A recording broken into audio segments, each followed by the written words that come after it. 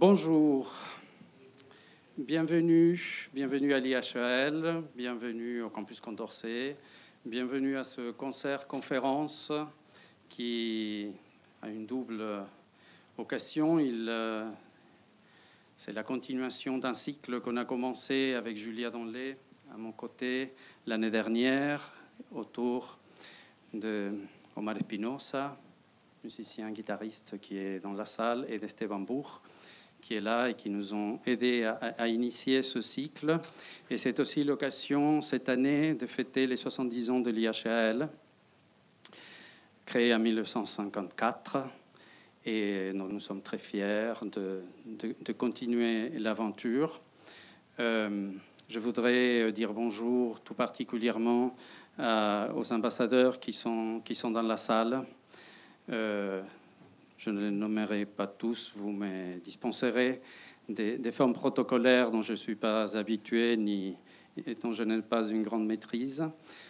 Merci aux collègues qui sont là, aux étudiants, aux gens en général qui sont les amis de l'IHEL. Nous sommes très fiers et très heureux. Ce n'est pas tous les jours qu'une institution universitaire fête ses 70 ans. Nous sommes plus anciens que l'université qui nous accueille, par exemple.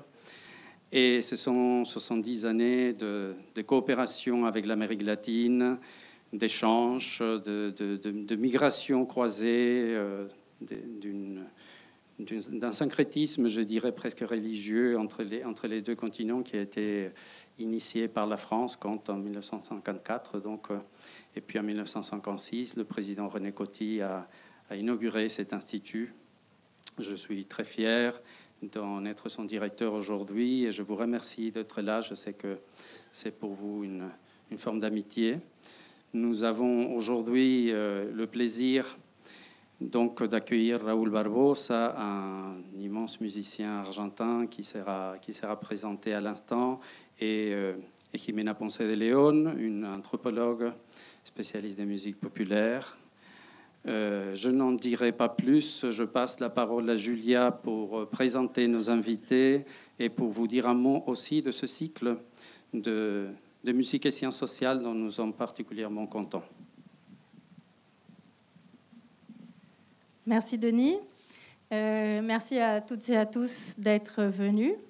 Donc nous sommes très très contents de refaire ce cycle parce que l'année dernière, quand j'ai commencé ma thèse, Denis m'a parlé d'une envie qu'il avait de rendre hommage à un ami et grand musicien qu'il avait, qui nous donne aussi la joie d'être là aujourd'hui, qui est Omar Espinosa.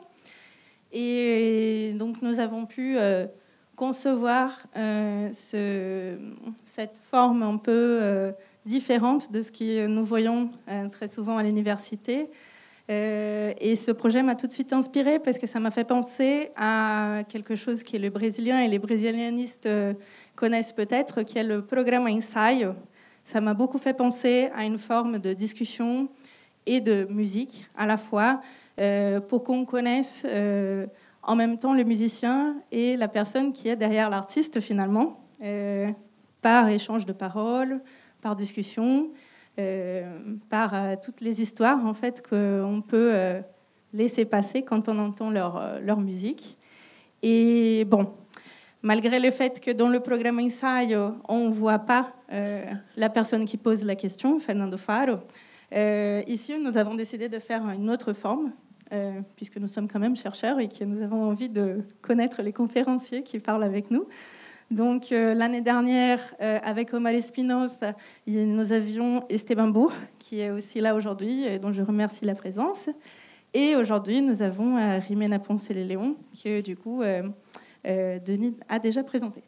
Et donc, comme nous avons décidé de faire un cycle, nous avons aussi décidé de créer un espace pour que toutes ces mémoires soient un peu conservées.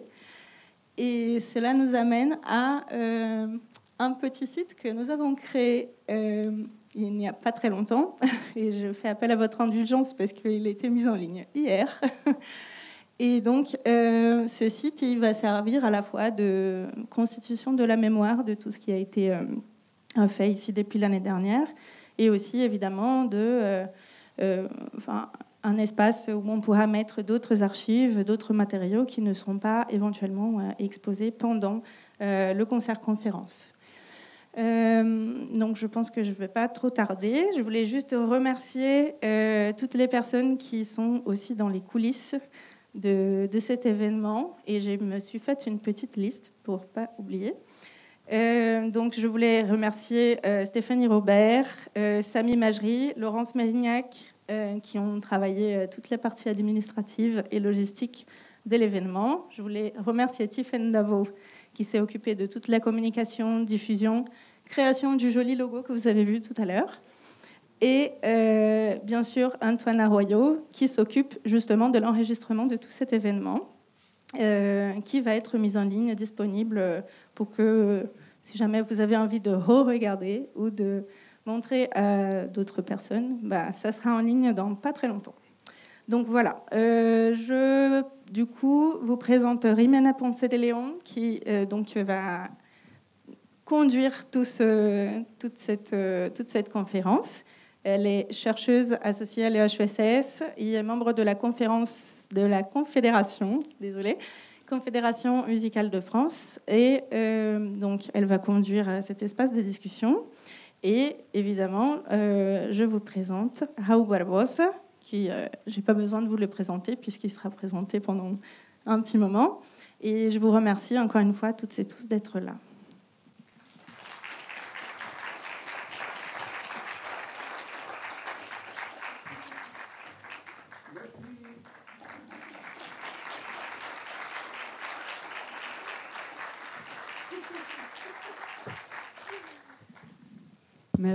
Merci à tous. Merci Denis Maclean, merci Julia Donlé pour nous accueillir. Merci Raúl Barbosa d'avoir accepté.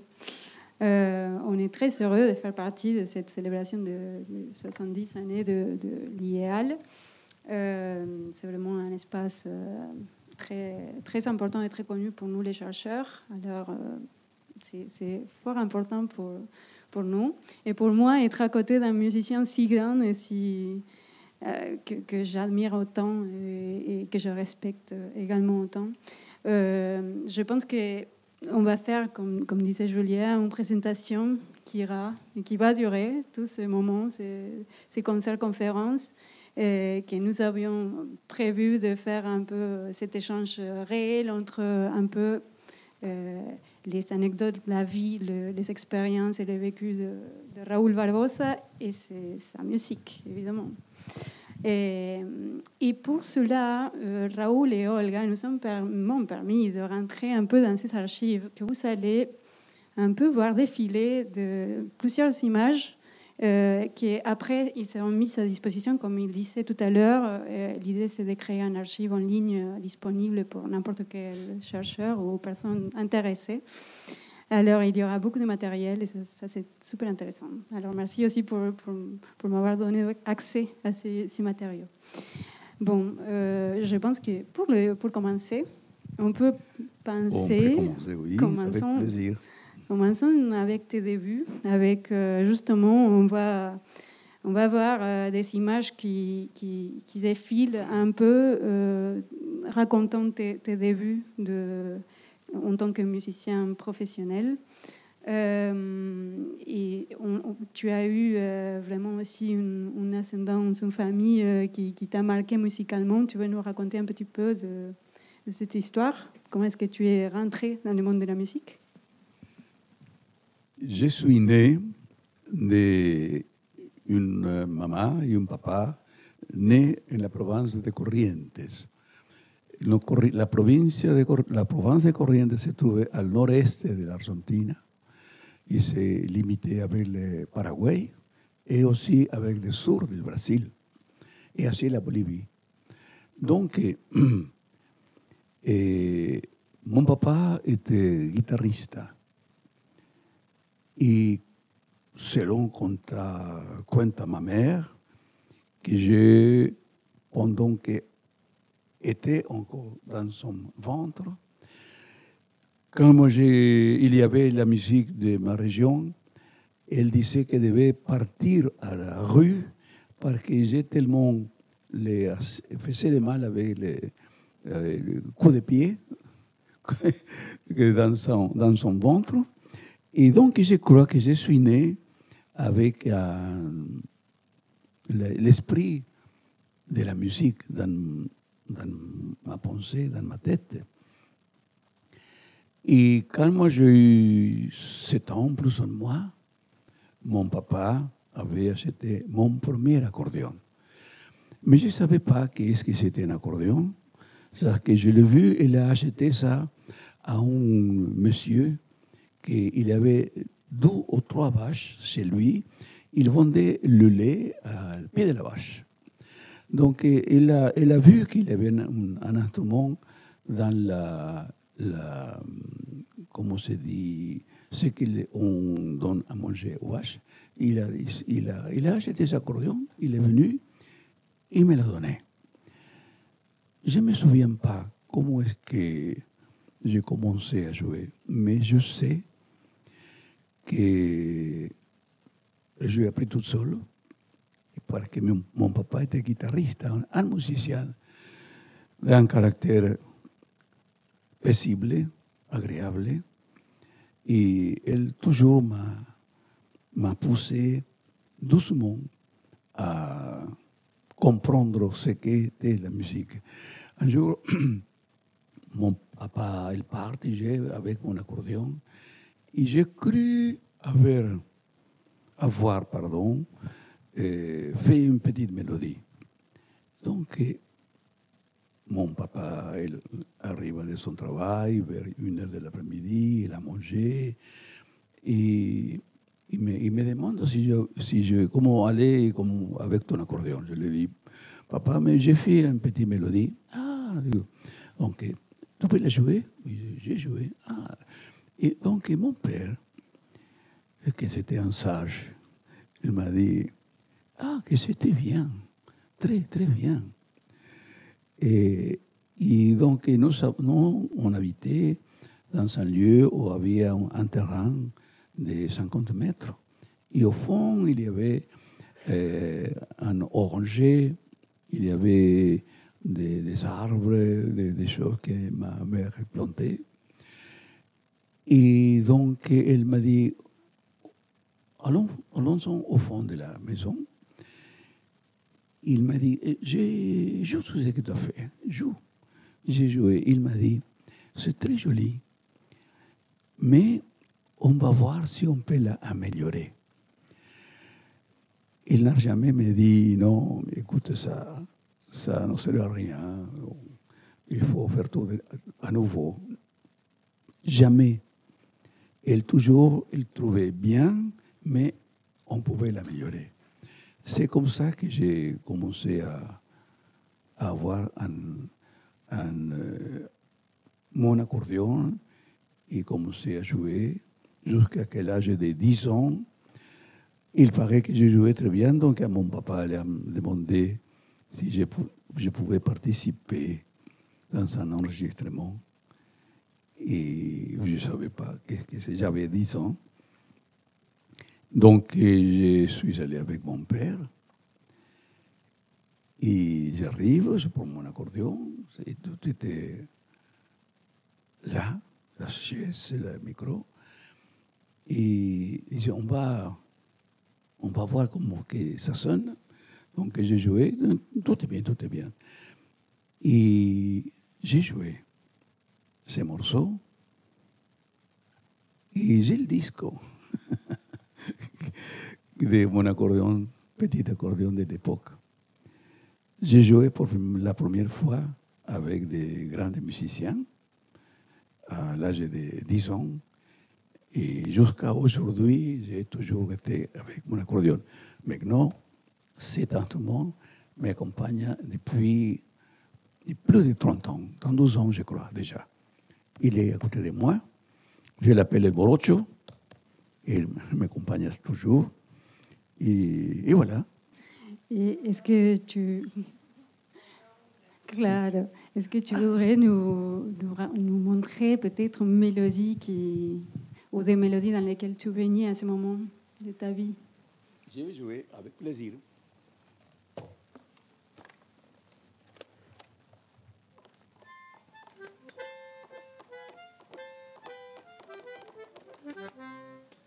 La musique que j'ai jouée quand moi j'avais 10 ans,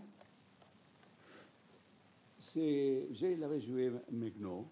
Je crois que c'est comme ça que je l'ai joué. Et il y avait como guitarrista un gran guitarrista que s'appelait Ramón Ayala y un gran bandoneonista que s'appelait Francisco Cassis. Et bon, il tenait à côté la partition. Non? Et moi, j'ai joué à l'oreille, donc je savais rien du tout jusqu'à présent. C'était comme ça plus ou moins.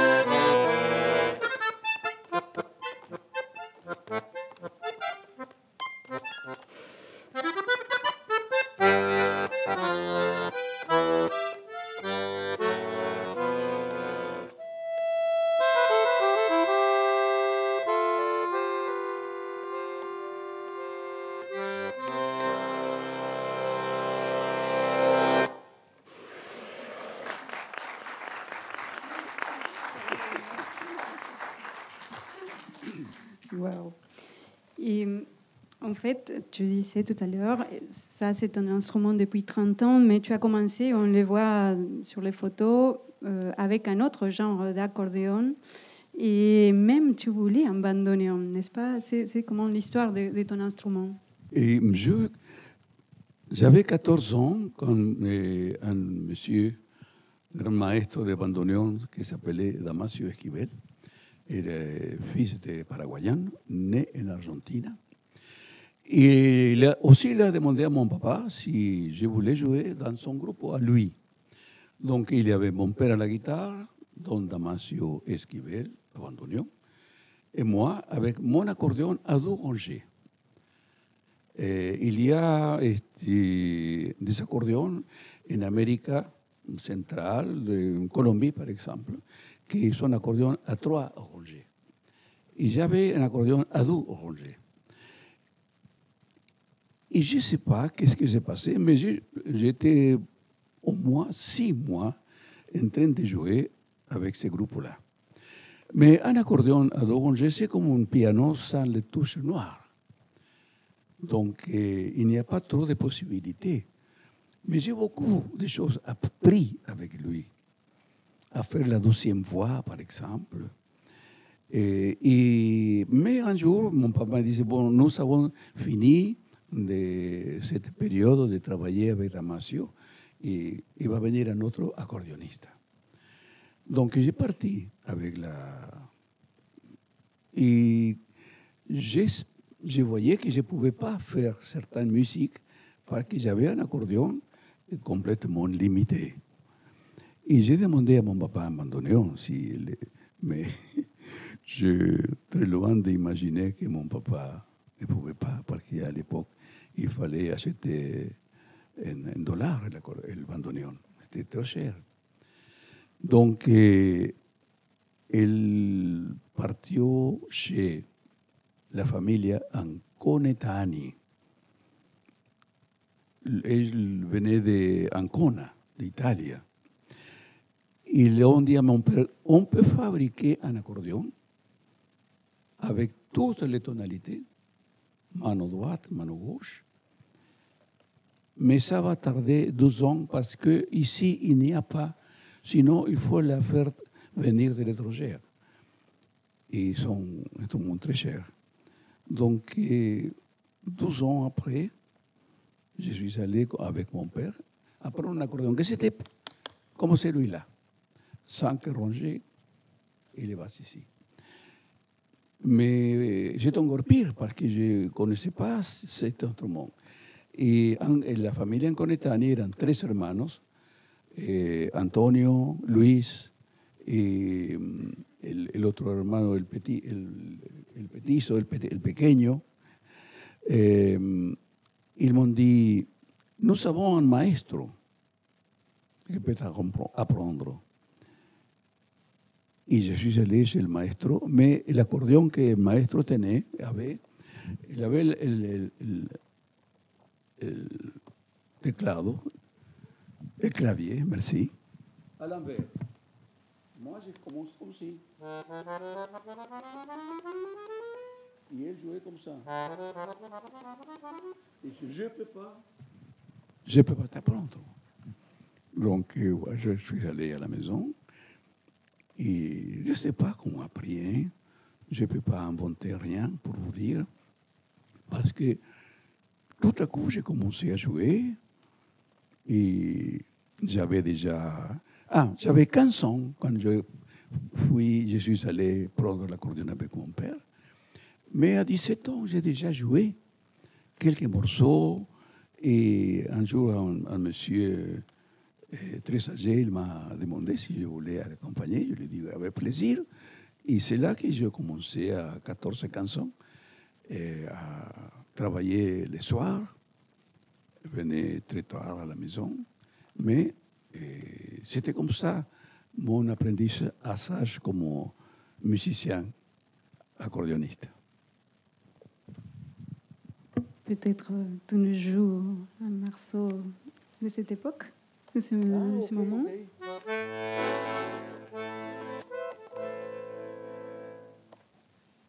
Esta música que yo voy a tocar ahora, yo la titulé Los Saltos del Guairá, la chute del Guairá.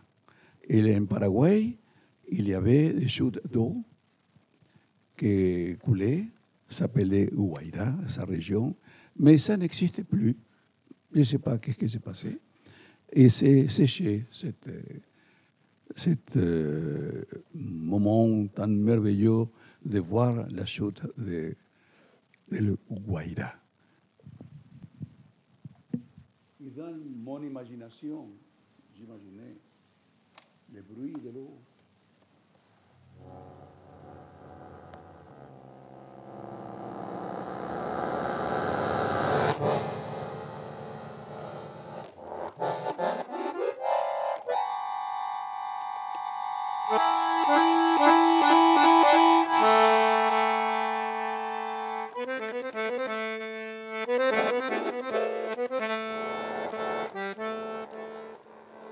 Il y avait beaucoup de oiseaux.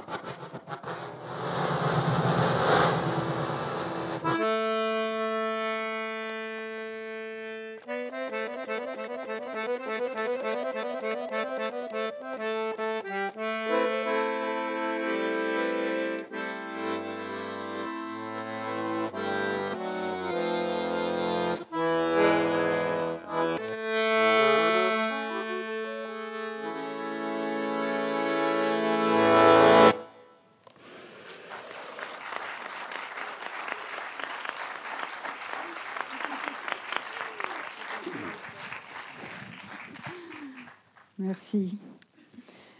Et en fait, si l'on continue à parler de tes origines et que tu l'as déjà un peu voir, et même dans l'évolution de la musique, tu nous as joué au début des morceaux plus classiques du genre du chamamé, et il y a une composition à toi.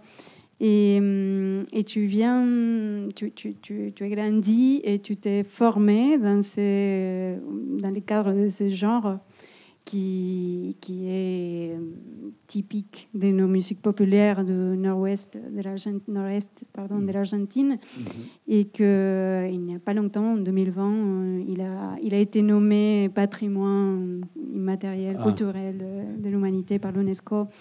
Il commence à avoir une reconnaissance forte. Et bon, toi, tu t'es toujours un peu, tu t'es encadré au début et tu as commencé à développer ton chemin. Est-ce que tu peux nous raconter au début un petit peu sur ce genre de le chamamé, et puis raconter un petit peu ton chemin à partir de là? Oui, avec plaisir. J'ai vécu jusqu'à l'âge de 50 ans en Argentine. Et toujours en train de jouer l'accordéon, je faisais des tournées avec con Atahualpa Yupanqui, par exemple, avec Ari Ramírez, qui a écrit la messe créole. Et on a joué aussi au Vatican avec Omar Espinosa, c'est quelques années. Mais il y avait un mais. Ça veut dire que pour beaucoup de gens, pas les publics, sinon les propriétaires des salons de bal. Parce que quand moi j'ai joué, selon quelqu'un m'avait dit, les gens ne dansent pas parce qu'il va te voir comme tu joues. Donc pour les propriétaires du bal, ça c'était un désastre. Parce que les gens ne buvaient pas rien, ne mangeaient rien. Donc il ne faut pas contrater Barbosa parce que les gens, ils jouent, les gens ne dansent pas, ne comprennent rien. Donc j'ai passé un moment difficile parce que un jour, le directeur de la compagnie gravadora m'a proposé de faire de musique, autre type de musique. Par exemple, il m'avait dit, tu peux jouer de musique plus simple, tu peux jouer un peu de rock, de musique populaire, tu peux jouer quelques petits tangos. Et je lui ai dit, non, je ne peux pas faire ça. Et donc, me dit, maestro, mais Raulito, petit Raúl, ¿sabes? Mais Raulito, te vas a llenar de plata si haces eso. Tu vas a gagner beaucoup d'argent. Je lui dis, mais maestro, je ne vais pas gagner beaucoup d'argent. Je vais jouer et gagner ma vie comme il faut. Et donc, je lui ai dit, je vais partir pour el Brasil, maestro. Y donc el maestro me dit, Raulito, tu peux faire ce que tu veux, tu peux jouer toutes les musiques, tu peux enregistrer même toutes les musiques que tu as enregistrées ici, dans notre compagnie. Les mêmes. Mais tu ne peux pas utiliser ni ton visage ni ton nom pour la tapa de disque. Parce que ça appartient à la compagnie, en tout cas, pendant un an plus.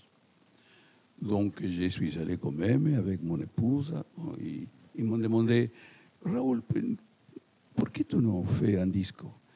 Et je savais que je ne pouvais pas utiliser mon nom, j'ai expliqué tout ça. Et il faut chercher un nom. Donc, ici, j'ai pensé en los caminantes, les gens qui andent pour le chemin, Los Caminantes, avec ni mi nom ni rien. Donc, ils ont trouvé un dessinateur, c'est dit, non? Quelqu'un qui va faire des dessins, avec deux chevals, 2 hommes, il a un accordéon, une guitare, et ça, c'était Los Caminantes.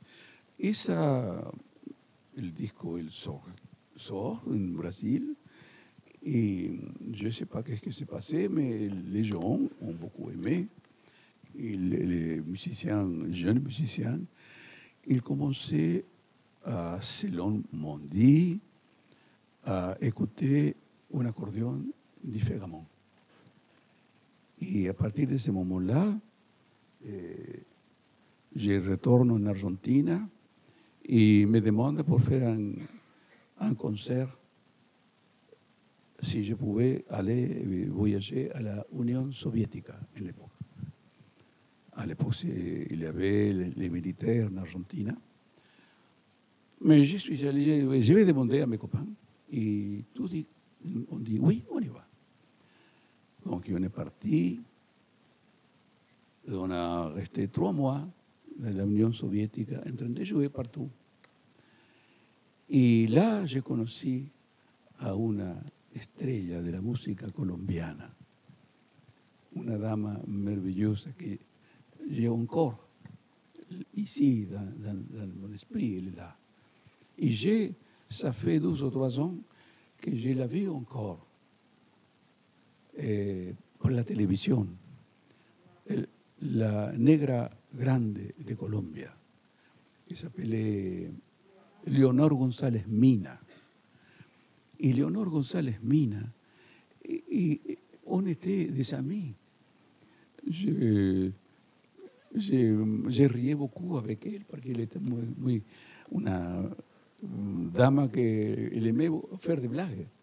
Donc j'ai connu cette dame. Et un jour, j'étais retourné en Argentine et j'ai continué mon travail, ma vie comme musicien. Mais on a décidé un jour partir, dejar la Argentina. Mais où? Et on a regardé le mapa.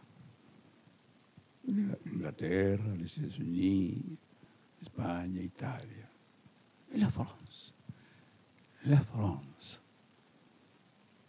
Et je me souviens que quand j'étais tout petit, on appelait la France la ville Lumière. Et j'ai pensé aussi, en France, selon dit, est né Carlos Gardel. Et je me suis dit, j'ai demandé à mon épouse, pourquoi pas la France? Et c'est comme ça qu'on a envisagé venir en France. Mais j'ai déjà parti d'abord au Japon. J'ai fait 3 tournées pour le Japon. Et la 3e, je suis venu directement ici. Et c'est trop vite, et les choses sont passées. J'ai rencontré Astor Piazzolla, elle m'a beaucoup aidé. Et, enfin, et à partir de ce moment-là, on a resté ici et on habite depuis 35 ans dans ce beau pays, la France, avec ma femme, Olguita. Est-ce que ça t'inspire des musiques pour nous jouer? Non, je veux dire, si ça t'inspire une musique particulière pour jouer.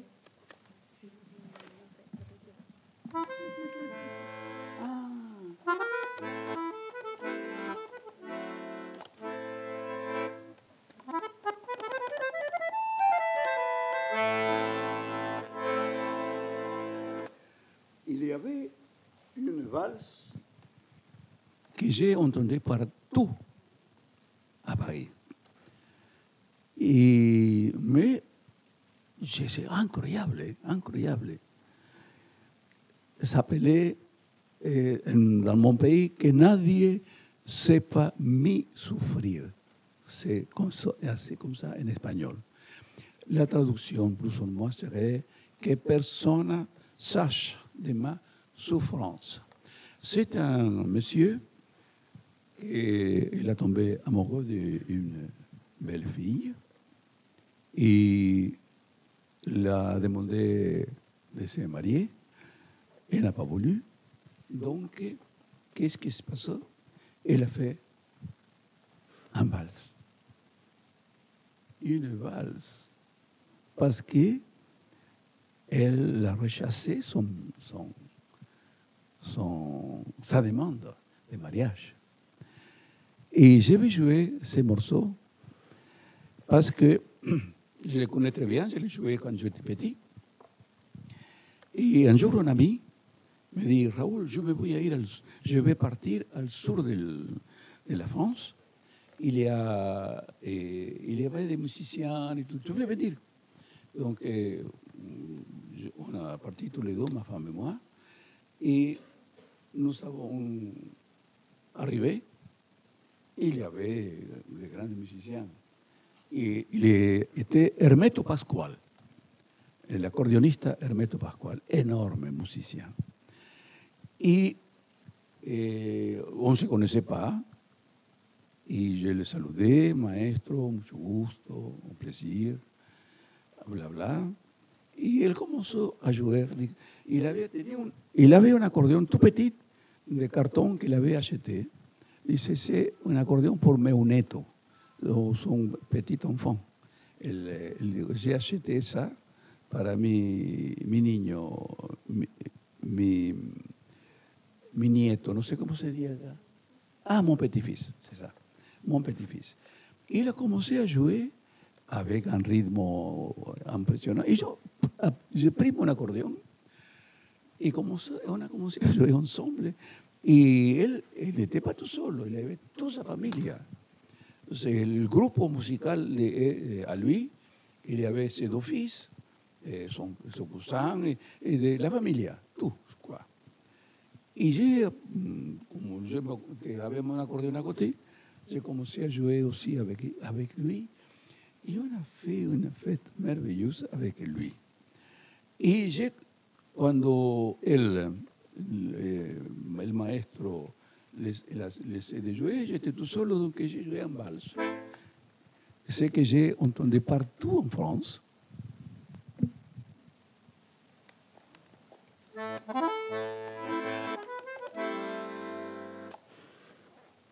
Ça a commencé comme...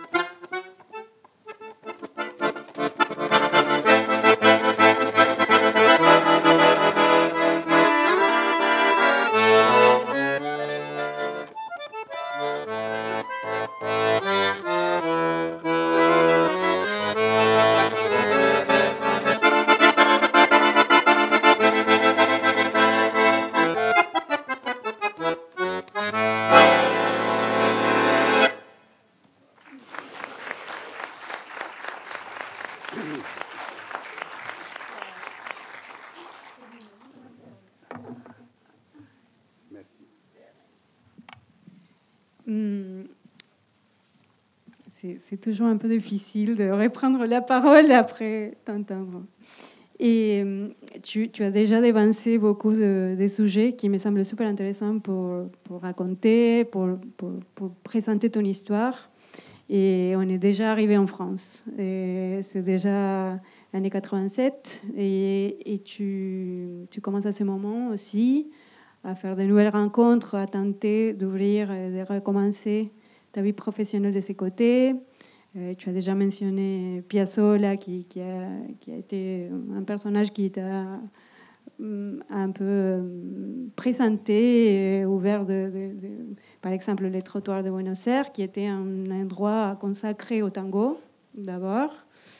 Et surtout, bon, il y a eu aussi, suite à ça, d'autres rencontres. Est-ce que tu veux nous raconter un petit peu les musiciens avec qui tu as commencé à rencontrer et qu'est-ce que ça fait à ta musique? Si c'est trop très long. On est arrivé ici, je venais du Japon, et ma femme, elle était déjà là, en France. Donc j'ai fini de jouer 3 mois à Tokyo, et bon, après je suis arrivé ici. Mais on ne connaissait personne. Nous n'avions pas d'amis avec qui bavarder, à qui demander quelque chose. Je ne parlais pas le français. Mais quand même, on a essayé. Quand moi j'arrive ici en France, moi j'ai trouvé Olga et un ami qui était avec elle. Que on s'est, oh Raoul, comment vas-tu? Blablabla, on a conversé, on a bavardé. S'appelait Filippini. Et Filippini me dit, où tu vas dormir? Tu vas à un hôtel? Et non, rien. Il m'a fait des blagues et il nous a emmenés chez lui. Venez chez nous, les deux, et on va trouver un lieu. Et on est sorti après le lendemain, ou le surlendemain, je crois, pour essayer de trouver un lieu pour être là. On a rencontré, je vais raccourcir les choses, on a rencontré un lieu, mais c'était très modeste, donc ma femme s'est chargée de le faire beau, très beau. Et c'est là qu'on a vécu. Et il fallait travailler. Mais personne ne me connaissait, rien du tout. Donc j'ai pris mon accordéon. J'avais déjà 50 ans, je crois. Et je sortais pour à trouver des lieux pour savoir si vous voulez des mois pour jouer. Et donc tout le monde me disait non, Raoul, oh non, monsieur, c'est une musique, nous, on fait autre musique, complètement différente. Mais un jour, j'ai vu dans une maison, il y avait une affiche, c'est un dessin d'une femme, d'une jeune femme avec un accordéon à piano ouvert. Et j'ai imaginé que c'était un lieu de musique, donc j'ai rentré. Et il a sonné la sonnette. Donc, du fond du restaurant, j'ai entendu « Bonjour ». Ah, je dis, ça, c'est pas français. Et c'est peut-être un turc. Imaginez. Bonjour, me disait, bonjour, monsieur. Mon français, il était petit. Il me disait, ¿de dónde es usted? En français, me demandait, d'où vous êtes ou d'où vous venez, je ne sais pas. Et j'ai compris la question. Je suis né en Argentine. Je lui dije, argentino. Moi. Ah, mais je parle espagnol. Moi aussi, parce que il m'a raconté que je soy, no me souviens pas de où elle me dit, mais on était conquis pour l'espagnol, donc je parle un peu l'espagnol. Et il me dit, qu'est-ce que vous faites là? Digo, yo soy músico, acordeonista. Ah, me dit, il me mira, il regarde, et ça c'est votre accordéon? Oui. Et qu'est-ce que vous jouez? Digo, yo, música de Argentina, tangos, valses, y una música regional. Et donc, je lui dis, je peux, en vacilant mon français, je savais, pas sûr, je peux vous montrer qu'est-ce que je sais faire. Et je voulais je voulais travailler, quoi. Et il me dit, non, non, non, non. Il m'a dit quelque chose. Je crois qu'en vous regardant, je pense que vous jouez très bien l'accordéon. Et quand est-ce que vous voulez venir? Et j'étais complètement perdu.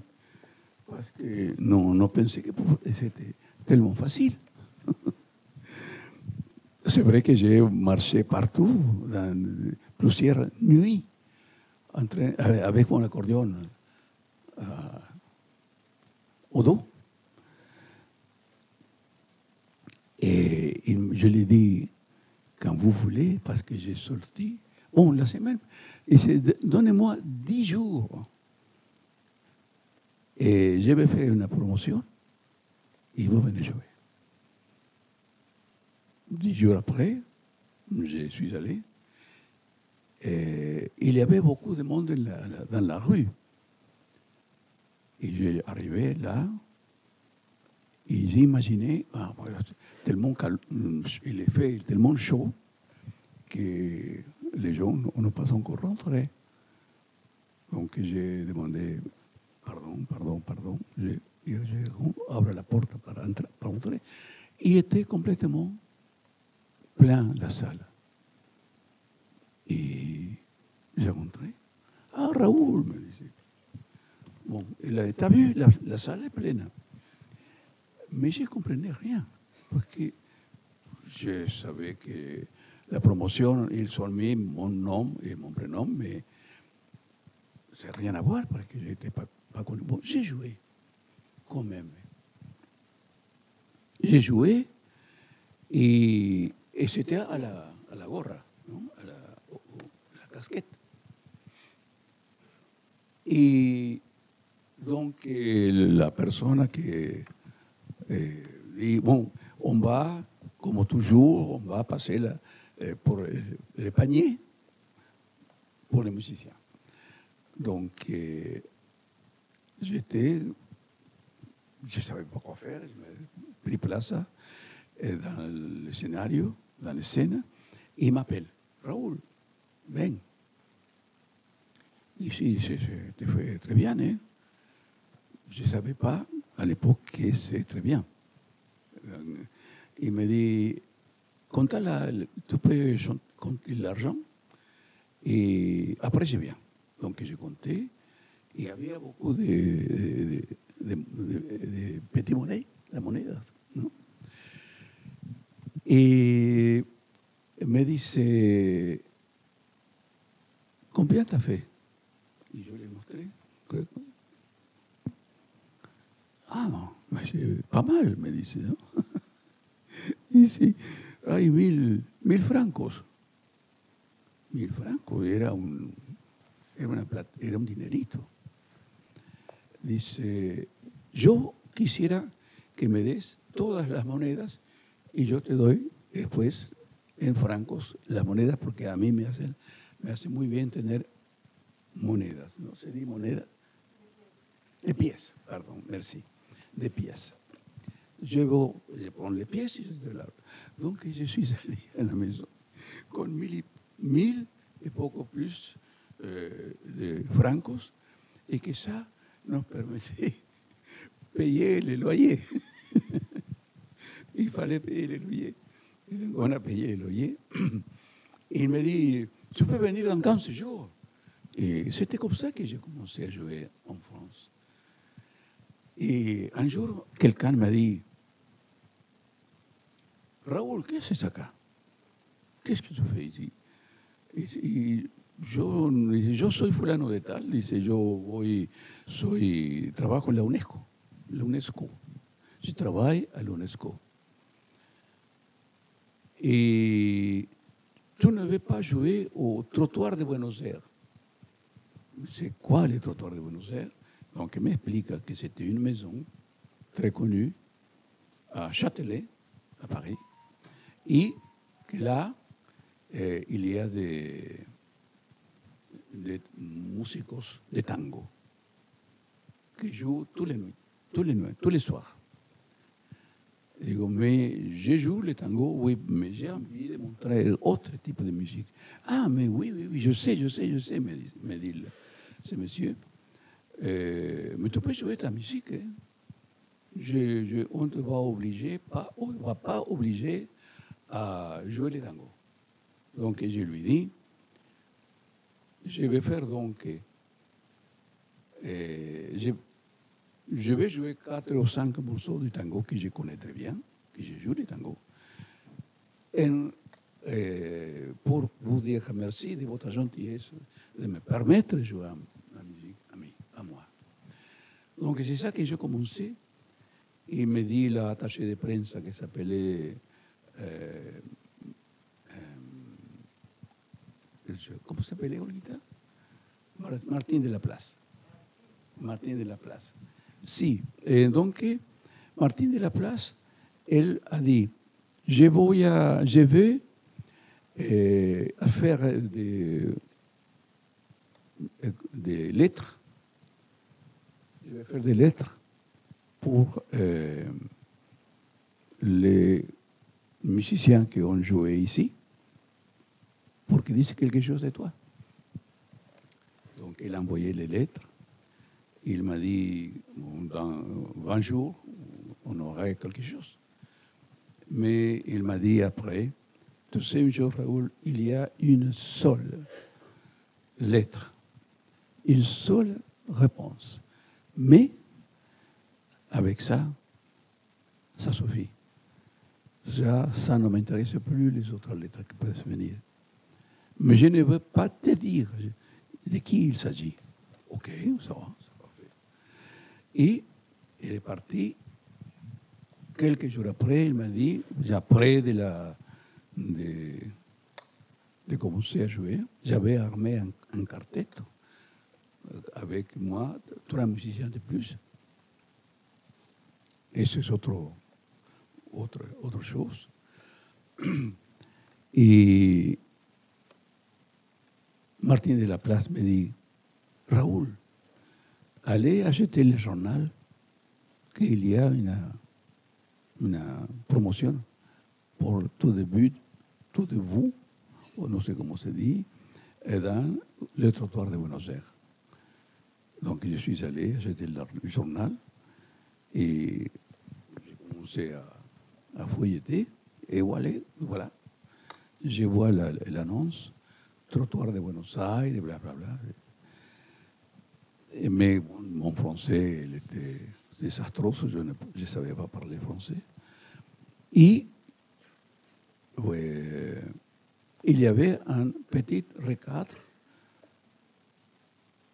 écrit en espagnol, mais lettre tout petit. Et je ne pouvais pas bien regarder.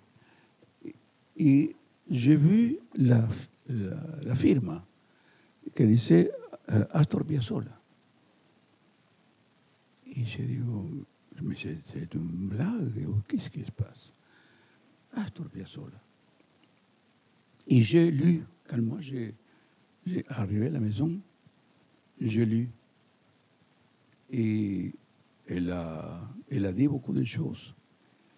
Et entre autres choses, elle a dit, C'est pour ça que je respecte beaucoup à Astor.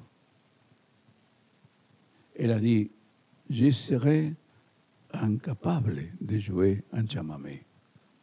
Je suis incapable. Quand moi j'ai lu ça, et quand moi je suis qu'elle avait étudié la musique avec Nadia Boulanger, la más grande maestra de la musique, comment elle peut dire ça? Et donc, j'ai continué. Il a dit parce que pour jouer cette musique-là, il faut naître. Il a nommé à 3 musiciens merveilleux de la région. Il faut naître Coco Marola, il faut naître Montiel, il faut naître Isaac Abitbol pour jouer sa musique. Il me nomme, il dit mon nom. Et à la fin, il dit, lui, il a tout mon respect et mes considérations, et ma considération, Astor Piazzolla. Et quand moi j'ai arrivé à la première nuit, le trottoir de Buenos Aires était plein à craquer. Je ne savais pas qu'est-ce qui s'est passé, parce que c'est très long. Je venais de voyager, très compliqué, et tout à coup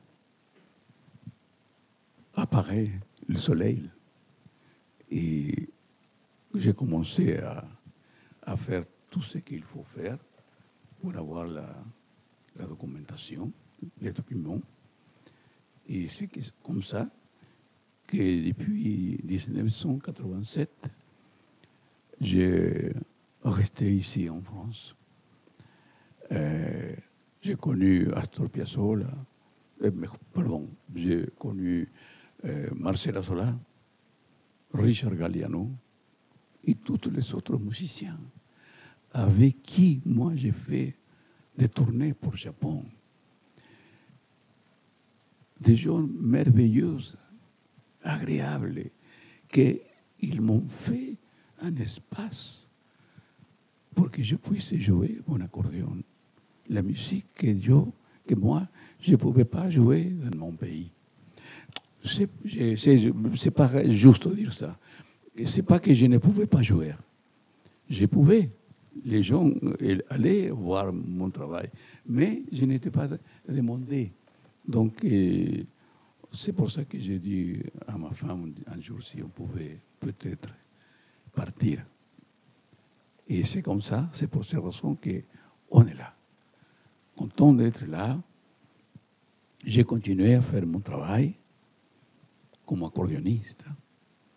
J'ai eu beaucoup d'amis merveilleux. Et voilà, c'est grâce à cet instrument, à l'accordéon, que j'ai pu marcher pour différents pays de notre planète. Et aujourd'hui, je suis ici, face à vous, très heureux, très content, à côté de mademoiselle. Merci pour ce moment tan agréable que je suis en train de vivre.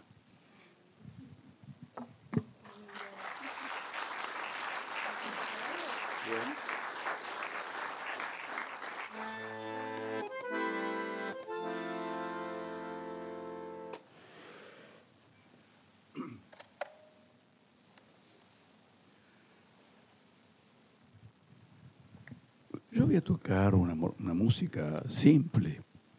S'appelle en español Luz de Amanecer. Y yo le demandé a una dama ¿cómo se dit Luz de Amanecer en francés? Dice, porque ella habla español. Sí, español. Me dice, Lumière de l'aube. Il m'a dit, ah, Lumière de l'aube. Donc, je joue Lumière de l'aube. Pourquoi je voulais faire cette musique?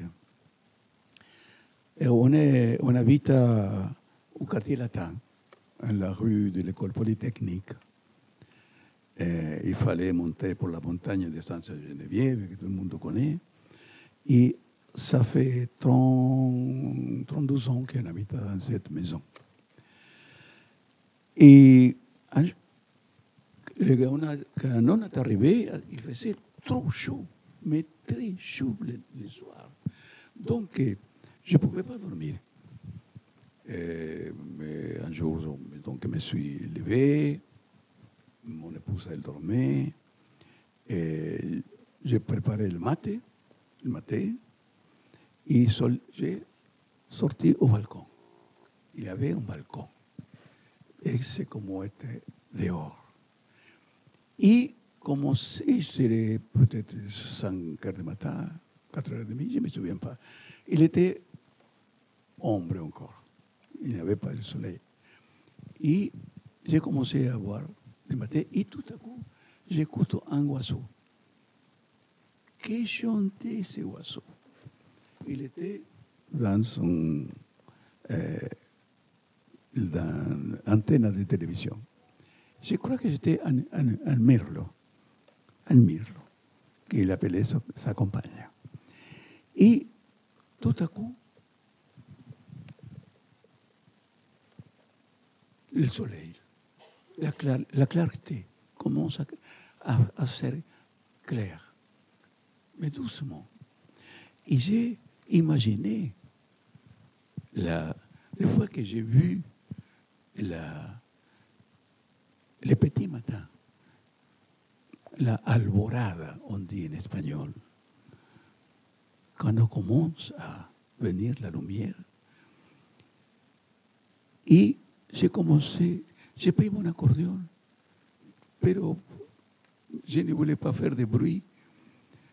Et ça a commencé.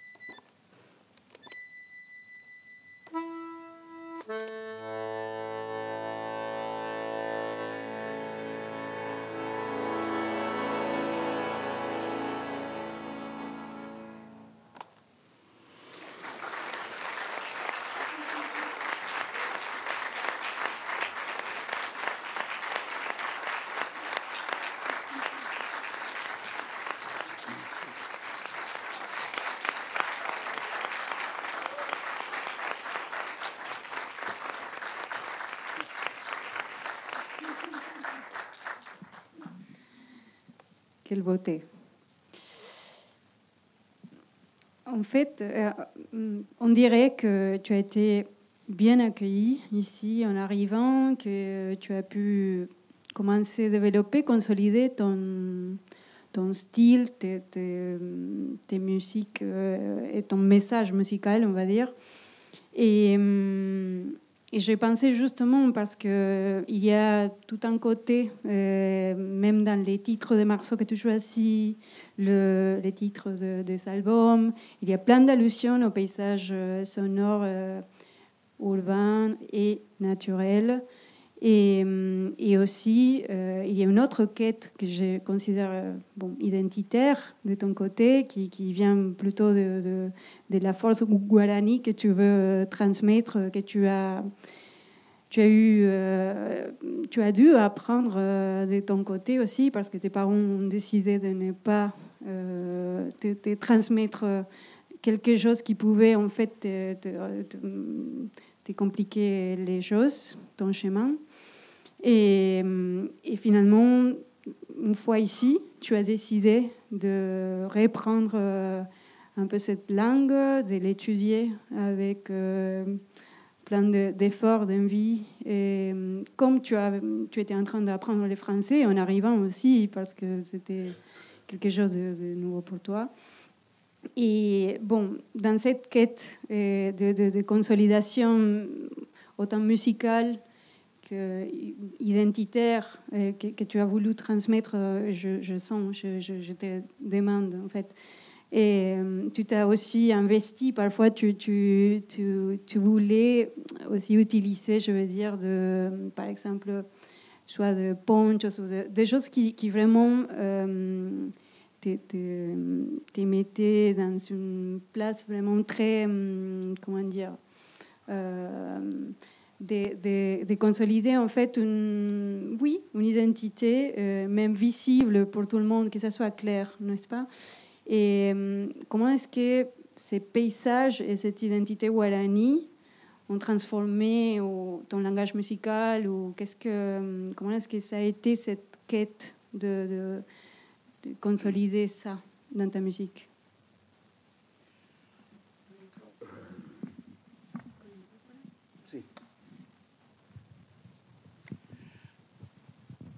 je ne sais pas comment dar une explication de ma part. Je pense que chaque individu, chaque personne a certains intérêts dans sa vie pour faire. Sans le savoir, je suis né musicien. Mais bon, je voudrais vous dire que je n'ai jamais étudié la musique dans un conservatoire. J'ai appris tout seul, même l'accordéon, cette nuit-là.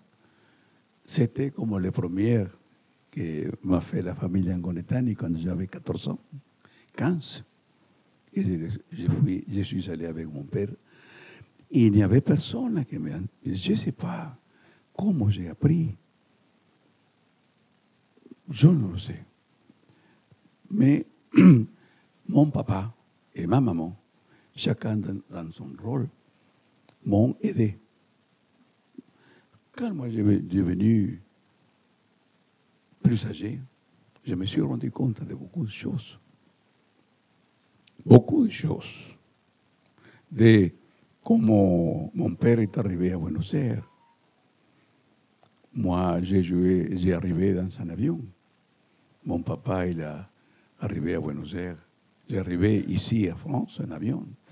Mon papa, il a fait 1200 kilomètres, à lo mejor 2 jours, pour arriver en un petit bateau qui est arrivé à un lieu de Buenos Aires qui s'appelle La Boca.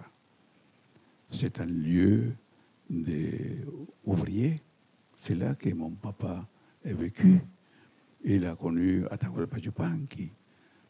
Un jour, Atahualpa, je l'ai rencontré chez des amis de la famille Pons. Là, se rencontrait toujours Ariel Ramírez, Atahualpa Yupanqui, los chalchaleros, los quillahuasi, y mucha gente que venait d'Argentine. Et c'est là que j'ai devenu ami.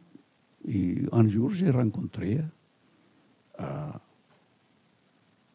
Atahualpa qui m'a dit, il m'a regardé, et me mira, tout ça. J'ai connu son papa, Mosito, me dit. J'ai connu son papa. Et dit, si, maestro, oui, maestro. Mon papa m'a raconté où vous allez jouer, quand vous jouez en la province de Santa Fe, en Rosario. Oui, on jouait dans les maisons de musique. Oui, je sais, maestro. Et c'est vrai, je ne sais pas comment j'ai appris. Je joue à l'oreille. Je tarde beaucoup à lire, mais je peux écrire. J'ai appris à écrire la musique. Simple, mais je peux le faire. Mais pour lire, non, c'est. Je préfère que quelqu'un me dise, mira, cette musique, c'est comme ça, et parfait. Donc, j'ai la... Toujours, tout de suite, je la connais. Et après, bon, on a resté avec mon épouse ici, 7 ans, sans pouvoir retourner en Argentine, parce que nous n'avons pas les moyens. Et un jour, ça s'est présenté, la possibilité de retourner en Argentine. Mais toujours, on est venu ici. Parce que la France est aussi un pays qui nous a accueillis, qui nous a permis de rester. J'ai enregistré des disques ici. Personne ne me connaissait et j'ai pu enregistrer des disques. Je n'ai jamais demandé rien, sauf que j'ai reçu ce que j'ai reçu, que je recevais avec beaucoup d'amour. Je l'ai gardé pour moi, pour nous, partagé avec d'autres choses avec Olga, ma femme. Et ça a été toujours comme ça. J'ai les amis avec qui je partage certaines connaissances de musique, comme avec mon ami Omar, qui est là, ou sinon avec un autre ami qui est là, qui est venu ce soir pour nous voir, pour me voir, pour nous saluer tous les deux, Olguita et à moi aussi. J'ai beaucoup d'amis et je les adore profondément. Je suis là, nous deux sommes là, mais on dit qu'on est seul. D'une certaine façon, oui, mais je suis sûr, moi, que nous ne sommes pas tout seuls. Nous avons des amis, nous avons la possibilité de continuer ici jusqu'à que la vie on l'a donnée à Dieu. Et ça sera autre chose. Pour le moment, on est là. Je joue avec énorme plaisir. Et avant de partir, je ne sais pas si je sais, non. Je voudrais faire un petit morceau comme pour laisser cet lieu de musique. Mais c'est une musique que je vais inventer ahora.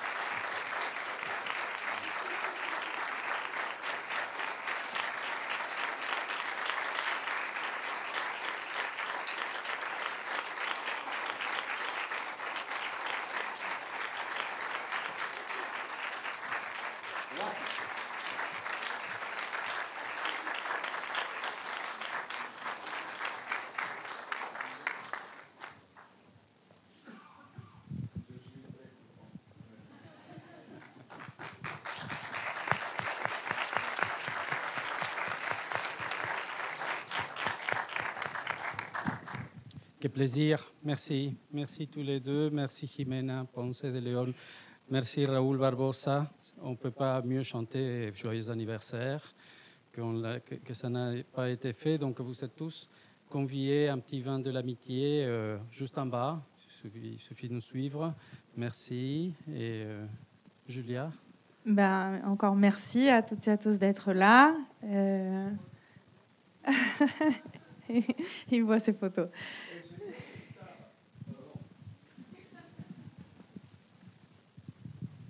C'est incroyable, esa photo.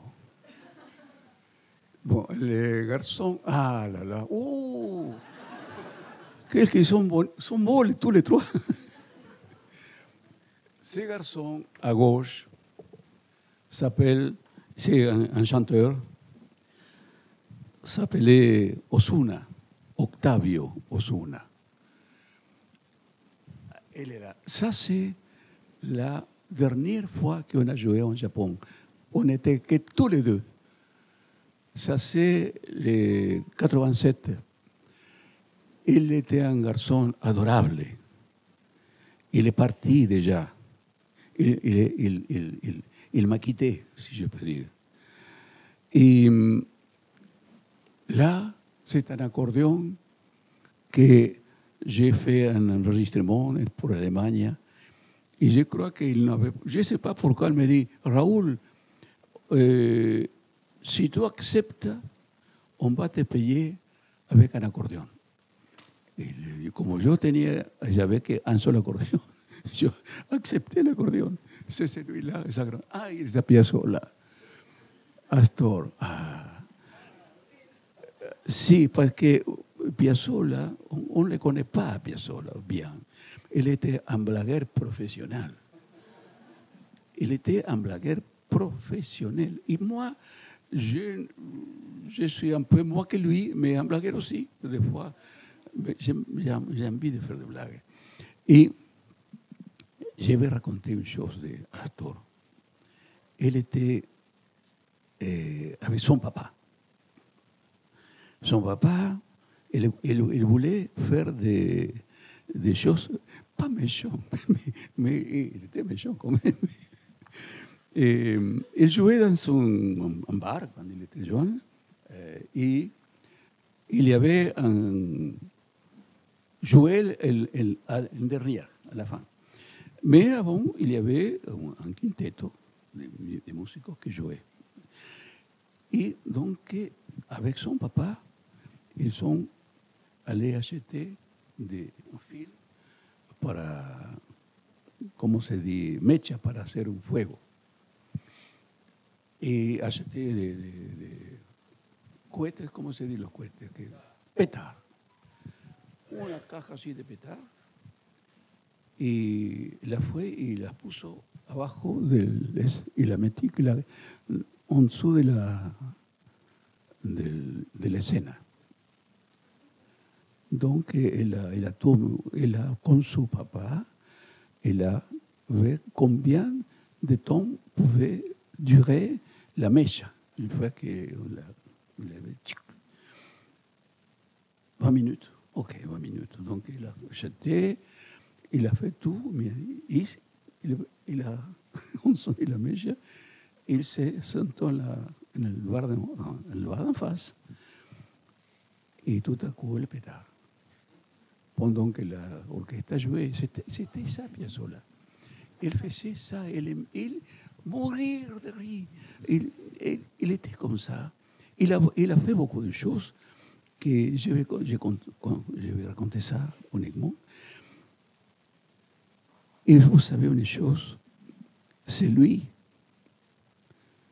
qui m'a aidé en France. C'est lui. C'est grâce à lui que j'ai continué en la première époque. C'est lui qui m'a poussé à continuer. Il m'a dit, Raoul, c'est très dur. C'est pas facile du tout. Mais je pense que tu vas arriver. Confiance, humilité, tranquillité. C'était c'est ici, dans ma tête, la voix d'Astor. Je vous laisse.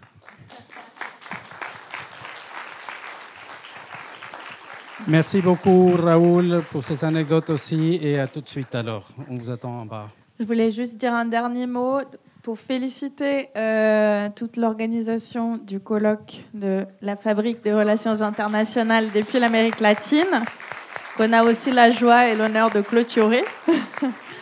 Merci et bravo pour toute cette organisation et à l'année prochaine avec le Brésil en honneur.